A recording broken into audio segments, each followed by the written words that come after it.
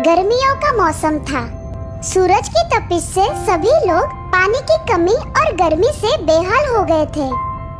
पानी की कमी से कई तरह की परेशानियां उठानी पड़ रही थी। इंसानों के साथ साथ जानवरों और पक्षियों के जीवन पर भी बुरा प्रभाव पड़ रहा था। वही एक कौवा भी पानी की कमी से पीड़ित था।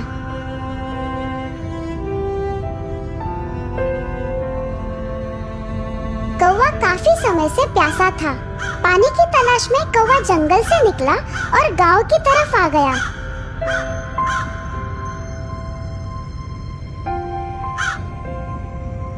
गांव के एक छोटे से घर के बाहर एक मटका देखकर कौवा रुक जाता है। मटके के अंदर थोड़ा सा पानी था जो कौवे की प्यास बुझा सकता था। हाँ, इस पानी को मेरा ही इंतजार था। मुझे मटके का पानी पीना है, पर कैसे पीऊं? मटके में तो थोड़ा सा ही पानी है। इसे किसी तरह थोड़ी ऊंचाई तक ला सकूं तो मैं ये पानी पी सकता हूँ। हाँ, अगर मैं मटके के अंदर कंकर डालता हूँ तो पानी थोड़ी ऊंचाई तक आ जाएगा, फिर मैं वो पानी पी सकूंगा।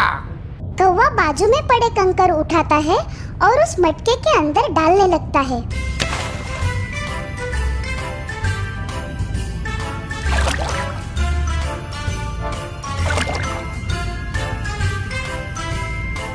धीरे धीरे मटका कंकरों से भर जाता है। पानी इतनी ऊंचाई तक आ जाता है कि कौवा वो पानी पी सके। अरे वाह, मजा आ गया। मेरी मेहनत रंग लाई। पानी के बिना है जीवन अधूरा, पानी करे सबके जीवन को पूरा। पानी का पहचानो मोल, बूंद बूंद है इसकी अनमोल।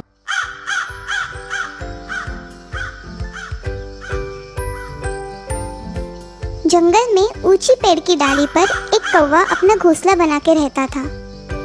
उसी पेड़ के पास एक बिल में एक बड़ा डरावना सांप रहता था। एक दिन कौवे ने अपने घोंसले में अंडे डाले और वो खाना ढूंढने निकल पड़ा। अंडों की सुरक्षा के लिए घोंसले में कौवा नहीं था। ताजे अंडे की गंध सांप के बिल तक पहुंच गई। सांप अपनी भूख मिटाने के लिए अंडों की ओर पेड़ पर निकल पड़ा। अंडों की रखवाली करने के लिए कोई नहीं देखकर सांप ने झट से दोनों अंडे खा लिए। कौवा घोंसले पर लौटा तो वहाँ पे अंडे नहीं थे। अरे मेरे अंडे किसने चुराए? मैं उस चोर को बिल्कुल नहीं छोड़ूंगा। कौवे ने दोबारा अंडे डाले और अंडे चोरी करने वाले को पकड़ने के लिए पेड़ की डाली पे छिप गया। थोड़ी ही देर में अंडों की गंध से सांप फिर से घोंसले की ओर आया और अंडे खाने लगा। कौवा गुस्से में आकर बाहर निकला। तुम्हारी हिम्मत कैसे हुई मेरे अंडे खाने की? मैं तुम्हें नहीं छोड़ूंगा। तुम मेरा कुछ नहीं बिगाड़ सकते, समझे? अरे गहरे नट्टू खैरे।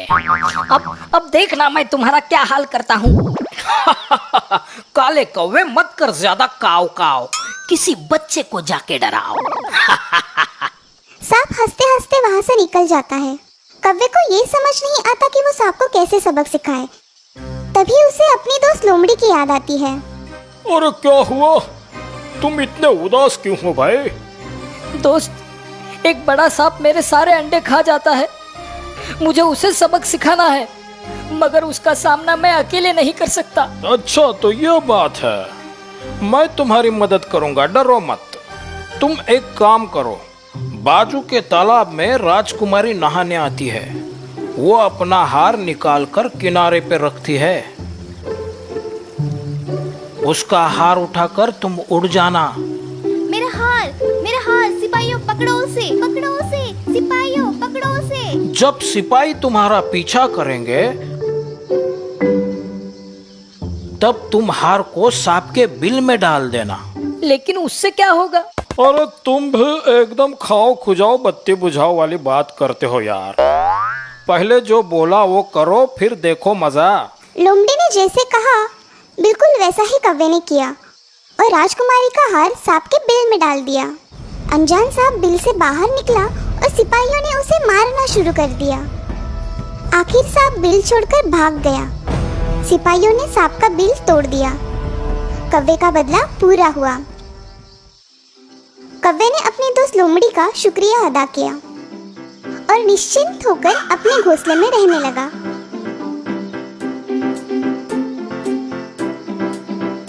एक गांव में एक गरीब किसान अपने बीवी और नन्हे बच्चे के साथ रहता था। उसके पास एक वफादार कुत्ता भी था जिसका नाम सुल्तान था। सुल्तान अब बूढ़ा हो चुका था। उसके सभी दांत गिरने की वजह से वो खाना भी चबा नहीं पाता था। सुल्तान अपनी जवानी में सभी चोरों के छक्के छुड़ा देता था, पर अब बुढ़ापे की वजह से कोई चोर उसे डरता नहीं था। इसीलिए किसान थोड़ा नाराज था। अब इस बूढ़े सुल्तान की देखभाल मैं नहीं कर सकता।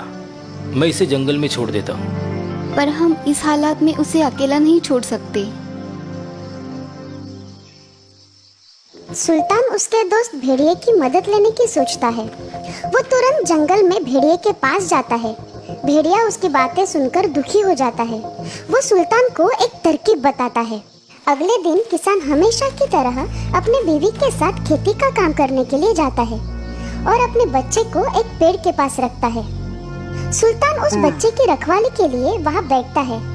अचानक उसका दोस्त भेड़िया वहाँ पर आता है। अब तुम भौंको और मेरे पीछे दौड़ो।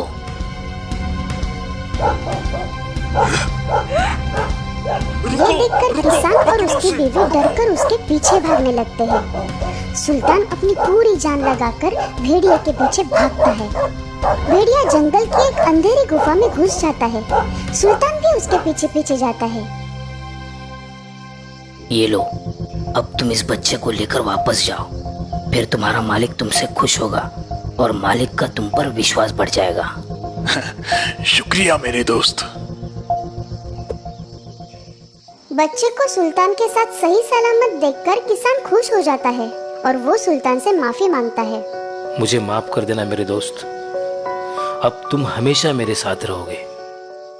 उसी रात भेड़िया किसान के घर जाता है। अरे दोस्त, तुम अचानक यहाँ कैसे? मैंने तुम्हारे लिए जो किया है उसके बदले में तुम मुझे क्या दोगे? बोलो दोस्त, तुम्हें क्या चाहिए?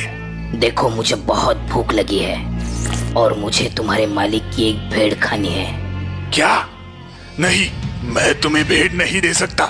तुम नहीं दोगे तो मैं छीन लूंगा। तुम्हें कुछ नहीं मिलने वाला। चुपचाप निकल जाओ। तुम मुझे नहीं रोक सकते।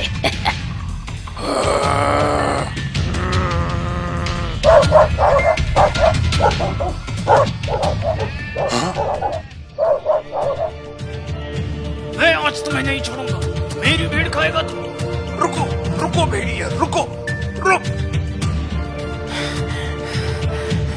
मैं तुम्हें नहीं छोड़ूंगा सुल्तान। कई दिन गुजरने के बाद भेड़िया अपने दोस्त जंगली सुअर को बुलाता है। मुझे सुल्तान से बात करनी है। जाओ, उसे बुला के लाओ।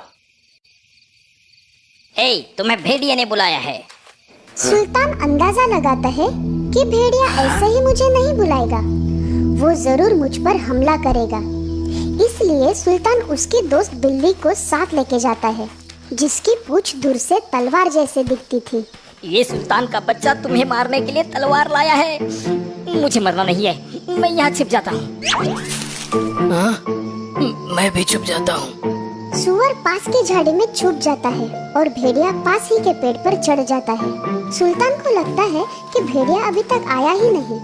तभी पास की झाड़ी में कुछ हिलने की आवाज आती है। बिल्ली को लगता है कि वहाँ कोई चूहा है, इसलिए वो वहाँ जोर से झपट मारती है तो सुअर डरकर भागने लगता है। बचाओ, मुझे मत मारो, मैंने कुछ नहीं किया। वो जो पेड़ पर है ना, उसके कहने पे मैं आया हूँ। हैं?